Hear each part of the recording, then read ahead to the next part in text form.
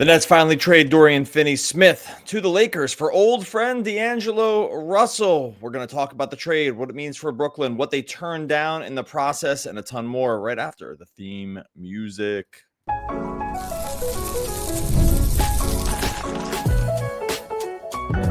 You are Locked On Nets, your daily Brooklyn Nets podcast. Part of the Locked On Podcast Network, your team every day. All right, welcome back to the Locked On Nets podcast on the Locked On Podcast Network. It's your team, the Brooklyn Nets, every single day, except for yesterday on Monday. It's a new year. We're rolling in through the holidays here. I'm Doug Norrie, owner-operator at DFSR.com. If you need picks and projections for the NBA, make sure you head over to DFSR.com. You get a free trial to all that every single night, rolling through DraftKings and FanDuel lineups. No Adam Armbrecht on the podcast today after he did some heavy lifting at the end of last week. Look, the holidays kind of get in the way sometimes of some of the pre-planned schedules. Sometimes it's hard to show up to work, but not hard for Sean Marks to show up to work when it comes to making trades as the Nets continue on their path of trying to unload, hopefully, every single relevant piece that is on the roster or was on the roster right now as they sort of like move toward the overall goal of trying to get the highest pick possible, which has been something of a struggle already to start this year just because the team simply continues to win games. So they did pull defeat from the jaws of victory the other night against the Magic, which we might get into here. But first, a little bit late to the party on this one, but the big trade that happened over the weekend was Dorian Finney-Smith being traded to the Lakers for old friend DAngelo Russell, D'Lo, coming back to Brooklyn, where, he was an all-star and kind of led a mini resurgence of Brooklyn during a few years ago before the clean sweep era was brought in, with Kyrie Irving, Kevin Durant, and company. But the trade ends up being between the Nets, between the Lakers, just the mechanics of the trade and just what ends up happening with the deal is the Lakers send DAngelo Russell, they send Maxwell Lewis, and they send 3 second-round picks to the Brooklyn Nets for Dorian Finney-Smith and Shake Milton, who got himself shipped out of town by just being a little bit too much of a try-hard joke around that, but he played really, really well in that final game before he left in the trade. And this ends up becoming, something of an interesting topic when we talk about sort of like what value the Nets were going to be able to extract for Dorian Finney-Smith and really to a lesser degree Shake Milton, who's really never been discussed as having any trade value, just kind of got thrown in here as some salary filler, which we always kind of knew was going to be the case. But Dorian Finney-Smith obviously was the one that we had a lot of eyes on, and ultimately it's going to be about Cam Johnson too, about sort of what where the rest of the league would value him, where he would end up landing, who he'd end up being, like who would end up saying like, hey, we want to give up just future assets in the form of picks for. And that was always a little hard to discern, right? We talked a lot in the offseason about, where his value was, how it was going to be hard to mix and match the money when it can't, would teams be willing to send out picks plus a young player plus the money matching? We always kind of never thought that would be something that would really be in the cards for a lot of these other teams. It was what made making some of these trades for him somewhat difficult, right? It's like, okay, well, yeah, he's shooting really well from 3. Yes, he's he's a 3-and-D wing. He can do a lot defensively in terms of versatility. There's a lot to like about his game. The contract was the contract, right? It's like it was $14.9 million this year, and then 15.3 player option for next year, which really looks like he'll probably end up picking that up. And so you're thinking, okay, well, once you factor that in, plus the age, are the Nets going to get a first-round pick back here, which we'll get to in a second when it comes to Memphis? Are they going to get a first-round pick? How many second-round picks? Who's going to be the money match? It just kind of got a little bit confusing when you would try to figure out what the fair, and I'm putting fair in quotes, the fair value ended up being for Dorian Finney-Smith. But ultimately, this trade on paper is really interesting for a lot of different reasons because it signals a few different things. So, we'll talk about DAngelo Russell here in a second, and we'll talk about, to some degree, Maxwell Lewis here in a second. But just on its face, the 3 second-round picks from the Lakers is kind of where I think we thought it would land. I think we said 2 second-round picks for Dorian Finney-Smith would be the ones that ended up be the ultimate asking price for them. We never really thought a first-round pick was definitively on the table, or at least I didn't. I just never could get myself there in terms of thinking, oh, okay, some other team is going to come in here and want to give up a first-round pick, again, plus all the money matching and knowing that they're going to have Dorian Finney-Smith here for another year. So they do get 3 second-round picks, and this becomes part of the stockpile that Sean Marks and company are just going for, right? It's like, if we're going to take us, if we know the roster is going to look very, very different over the next couple of years, at that point, having as many bites of the apple in terms of the draft, or just having more picks that you can package together to either move up or get another player, like these are going to be pretty important assets later. And as someone pointed out to me on Twitter the other day, and I apologize, Matt Schilt maybe, I apologize if I'm going to get this one wrong, but was saying, about packaging second round picks together to move up into the first round for teams that don't want to pay the guaranteed first round money for a player, usually around the end of the first round the end of the first round. Teams that, that just would rather just have a second round pick in terms of just contract value going forward, can be incentivized to get, you can be incentivized to move up in that direction, which I thought was an astute take, thinking about, the accumulation of second round picks.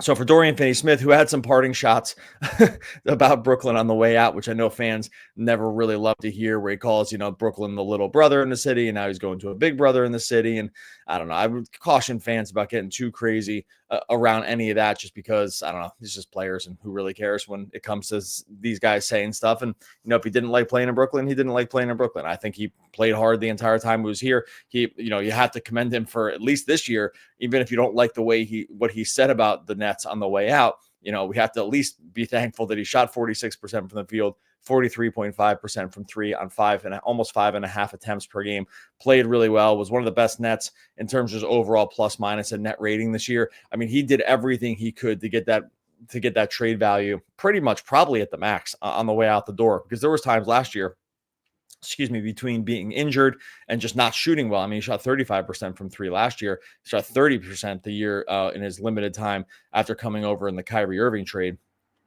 in 2023. So there's no way that version of that guy was going to get multiple second round picks. Plus, Maxwell Lewis, say what you will about him. He's a 22-year-old player, has played really almost, nothing for the Nets or for the Lakers so far. But, there's just no version of that would have garnered multiple second round picks either. So yeah, does Dorian Finney-Smith take some parting shots at the Nets and and the city in general on the way out? Yeah, I mean, I don't know. Some people get really crazy about that. That's just not something that worries me all that much, just because I don't know, it just is what it is.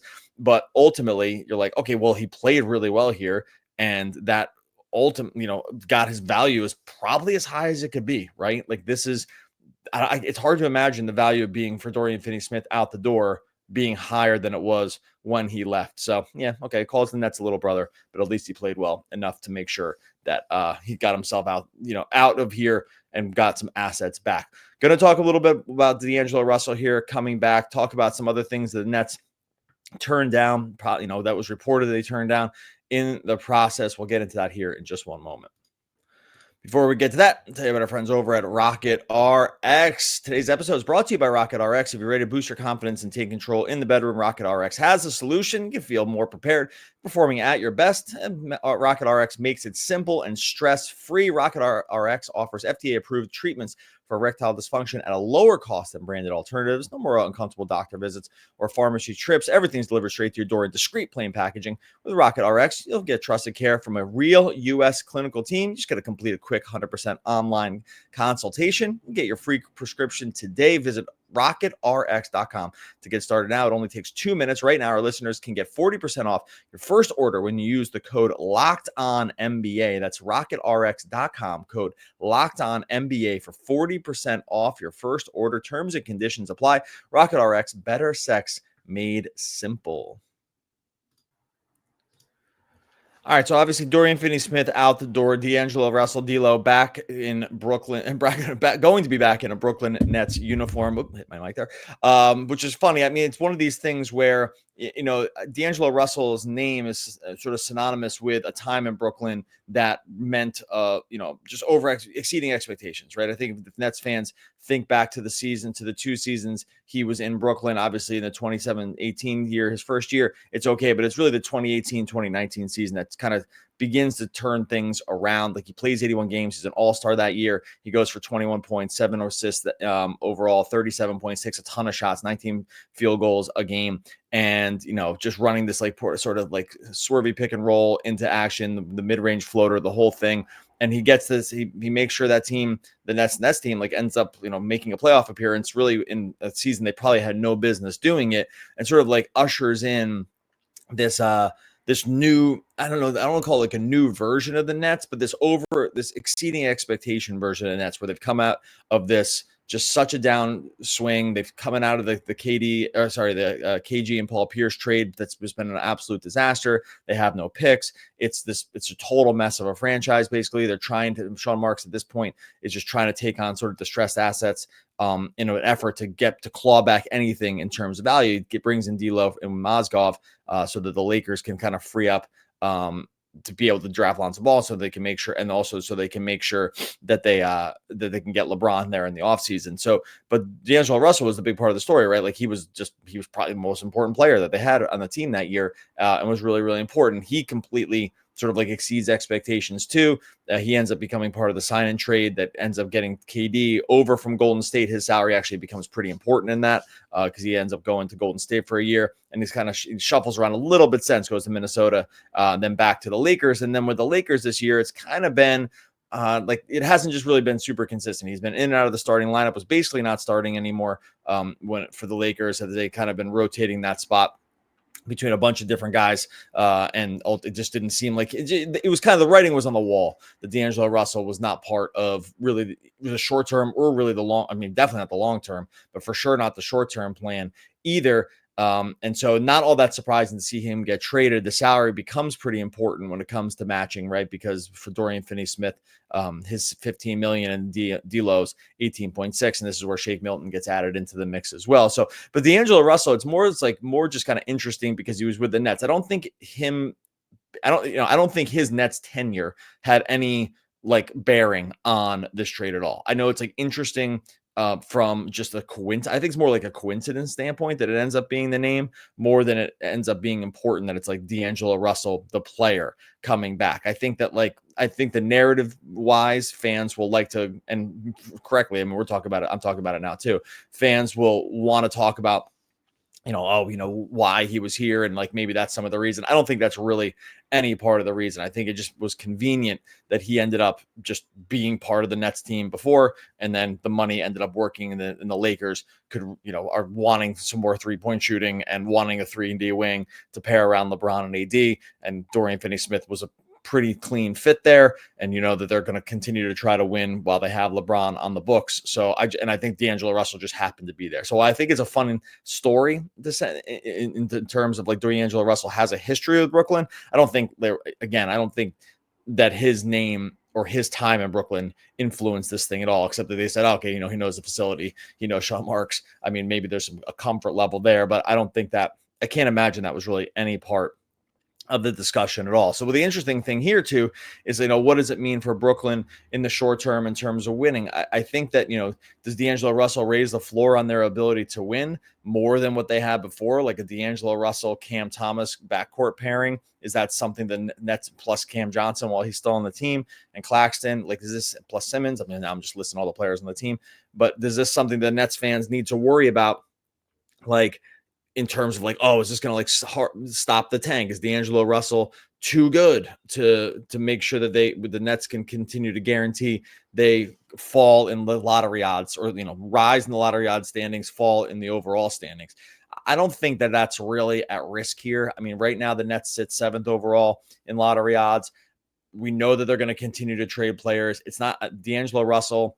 He takes a lot of heat, and he's one of these players that's probably better than the narrative is and worse than the contract is. And this is always where this always just gets to be a tricky zone with players, right? It's like you're only really compared to what you make for your contract, right? So you can be a really good player, but if they paid you like a supermax player or, a max player, then you look not as good compared to the contract. If you are getting paid nothing, or, relatively speaking with the NBA, and you play really well, you look like, I think your value correctly gets a significant uptick because you're being compared to the contract. I think DAngelo Russell has sort of always been in this zone of probably worse than what he was getting paid, but better than what the overall narrative would suggest around him. And that's the nature of the way this thing works. No one's going to undo the way that people talk about this, and the money matters, right? Because the money for what you get. Ben Simmons is a good example here. It's like, is he the worst player in the NBA? No.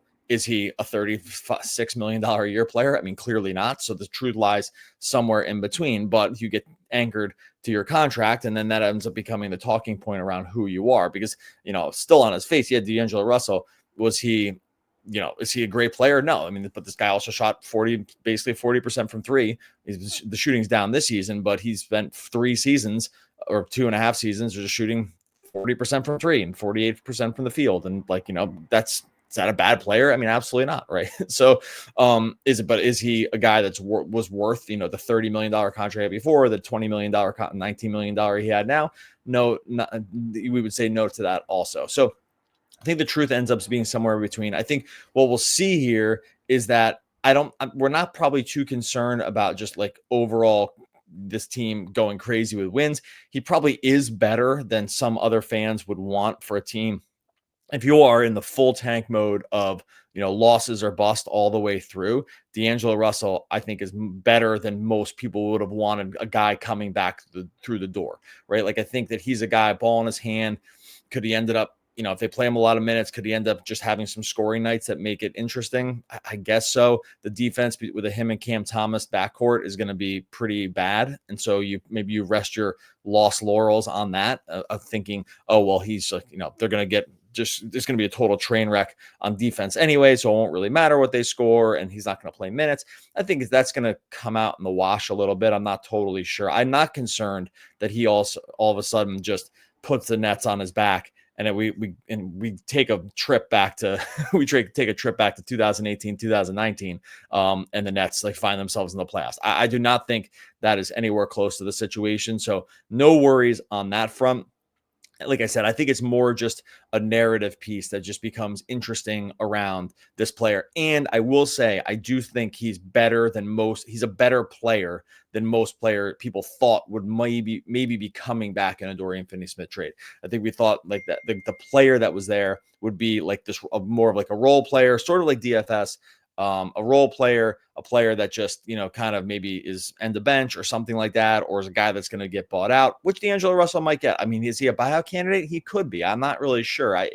They've said no, but it's easy. It's better to say no right now and then kind of deal with it later than to give a definitive answer. I think that the buyout is very much on the table considering what he makes, and maybe he could go out there and help somebody else. I'm not positive.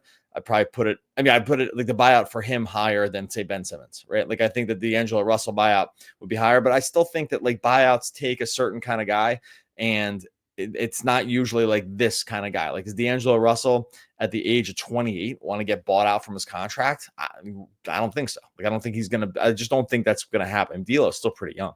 So I just don't think that's the situation we're talking about. So in terms of raising the floor in the Nets season, he probably is a higher floor raiser than most other players the Nets could have gotten back in a trade. I also don't think we're in a situation where, famous last words, I've been wrong about this for everything. I mean, the Nets have won more games already than I kind of thought they were going to win all year. So I'm happy to be, unhappy. I'm fine to be wrong about this one, but I just don't see it as like this some massive swinging wins thing. And look, you get Jordi Fernandez and, plus D'Lo and plus, I don't know what else. And these guys all play hard, and he's playing for a new contract next year. I mean, for sure, we could be talking about this situation. So I don't know. Maybe I'll be here in a week thinking, oh my God, why is DAngelo Russell on this team when this team is still trying to lose games? But that's kind of been the theme of the Nets season this year. And that's that's just where we stand with it. So talk a little bit more about that. I want to talk a little bit about what the Nets reportedly turned down. Also, when it came from the Memphis Grizzlies. We'll talk about that here in just 1 second.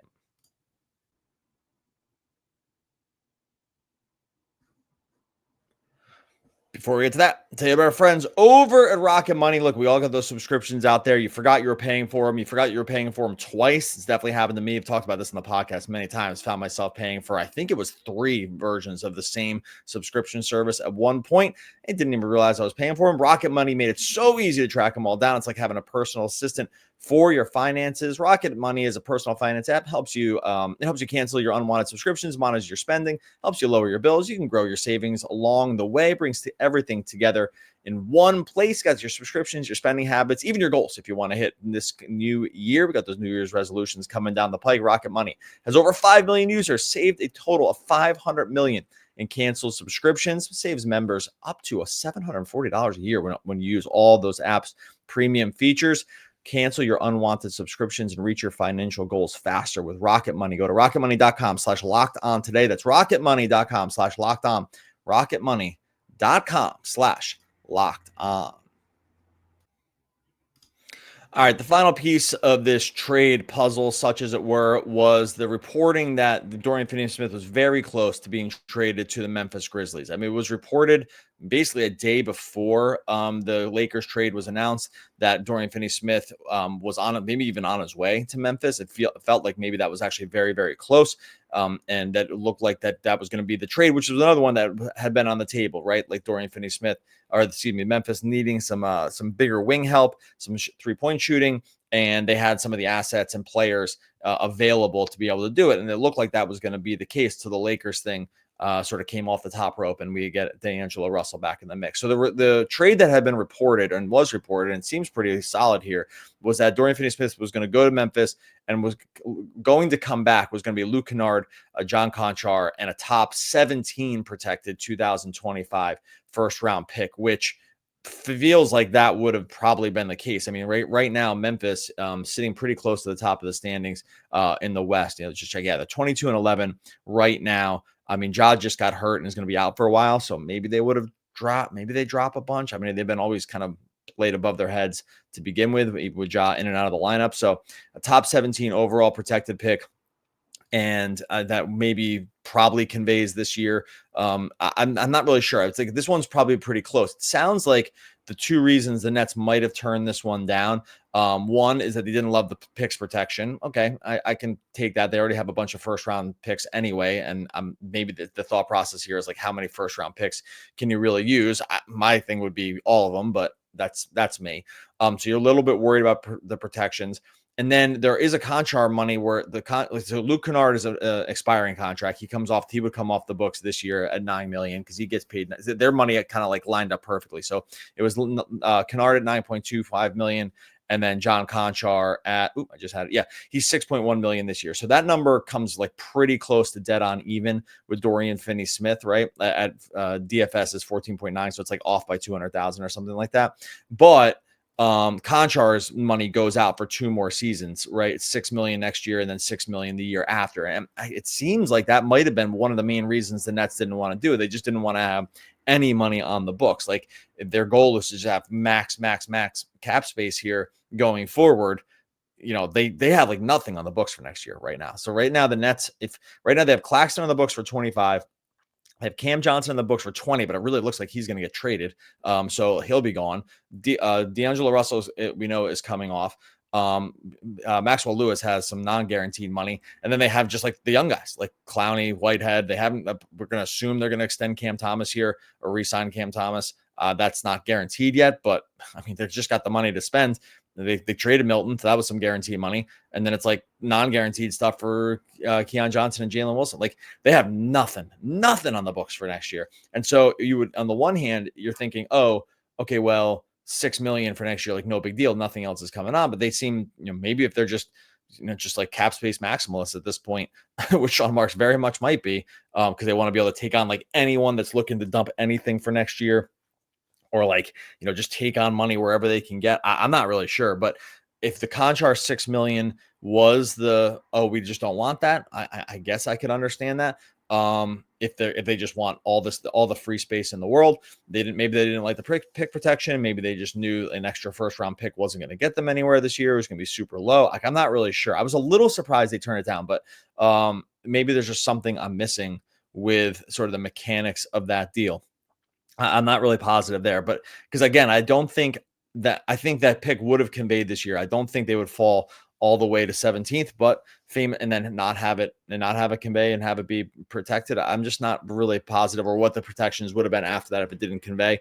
I'm not sure that piece has been 100% reported, though. If it has, like, definitely leave me a comment and school me up on that, because I just didn't see where that had been reported. So, and then maybe you think to yourself, like, you can flip Kennard's contract into something else. He's a $9 million expiring. If a team needs 3-point shooting, it's like, he's always been a little bit one of these funny guys where it's like not good enough to really play high level playoff minutes, but obviously is a sharpshooter for a team that needs 3-point shooting. It feels like he's the kind of guy that'd be able to get it done. I mean, 44% for his career, 44% this year, basically. Still playing limited minutes for Memphis, but has a role and like definitely can do one thing really well in the NBA for limited money. So maybe you think you can flip that Kennard contract. But again, like no defense, it's hard to play him. He's not really in a set playoff rotation outside of just maybe some, just like we need some scoring off the bench and we just need it fast in 3-point shooting. But overall, he's just like a funny one. He's been one of these guys where it's like, oh yeah, you do one thing really, really well, but it's hard to see you fit in on a really, really good team and play a ton of minutes, which is kind of where he is with Memphis right now too, like 20 minutes a game off the bench. He's been hurt in and out of the lineup. So overall though, the first round pick that did have me a little twisted around just sort of the overall thought process. When I saw, and sometimes maybe it was just me glomming on to the first round pick piece, which we talked about before. It's like, well, early seconds and late firsts, is it maybe the early seconds better because just less money and whatever it is. And so, but I got anchored to the first round pick thinking, oh, like is one late first round pick better than, 3 second round picks? Probably not. Right. But you hear for even me, and I talk about this for thousands of minutes, it feels like at this point, hearing that first round pick attached to it. And then I'm just like, whoa, I can't believe they turned down a first round pick. But if there's all these other protections that are around it and there's all this other stuff, then maybe that's just the way it is. So did see that trade was out there. Felt like that one was really close to the finish line. Not sure like if they were talking simultaneously to both teams or the Lakers just, saw that kind of creep up and they leveraged the Memphis piece to get the Lakers really moving on it. It's always hard to know exactly what happens behind closed doors with these things, but that one was out there. Take it for what it is. I think that probably the Nets end up doing better in this one. Although, again, it's like it's pretty close. These draft picks ones are sometimes really tough to discern around the really true value of it. Overall, though, the Nets, the move of another piece here. It feels like Cam Johnson's going to be out the door maybe sooner than later. I don't know. I mean, it feels like he's going to be out the door, and it feels like the value will just never be higher for this guy. And it feels like there's lots of teams in the mix. And then I said with the money and the contract's still good, it's like hard to know exactly where Sean Marks is thinking about going here, especially when it comes to having just pushing up close to seemingly unlimited draft picks over the next few years. Although, remember, the goal here is to ultimately get the spike that as close to that Dylan Harper, Cooper Flag range as you can get, which the Nets are going to be in a fight to the finish probably on that. And does D'Lo help with that? I'm not really sure. So for sure, I would have said if they had done the Memphis trade, they would have not guaranteed, but they would have lowered their floor for sure. Like I think DAngelo Russell is a higher floor raiser in terms of on-court basketball product than a Luke Kennard, John Conchar fit would have been. But, it's hard to tell sometimes where Sean Marks and company's just head is with this stuff, because again, they already have more wins at this point in the season than, not that I thought they would have all year, but 12 wins in the first 32 games I just never saw that one coming. So yep, still is a season full of surprises. All right, we will be back again tomorrow. The Nets don't play until Wednesday. If you're going out for New Year's, enjoy yourself. Make sure that you think about the Locked On Nets. Just think about it. Actually, make your New Year's resolution this. Make sure you subscribe to Locked On Nets wherever you listen to the podcast. Make sure you subscribe over on YouTube as well. These are resolutions you can stick with. You just got to do it once. You click once and you are all good. Always get to this point of the podcast where I remember that Adam is the one that comes up with these the quotes from the great American poets. We'll just say Adam Armbrecht out there. Hope he feels better. Also one of the great American poets. We're back again tomorrow talking more Brooklyn Nets basketball.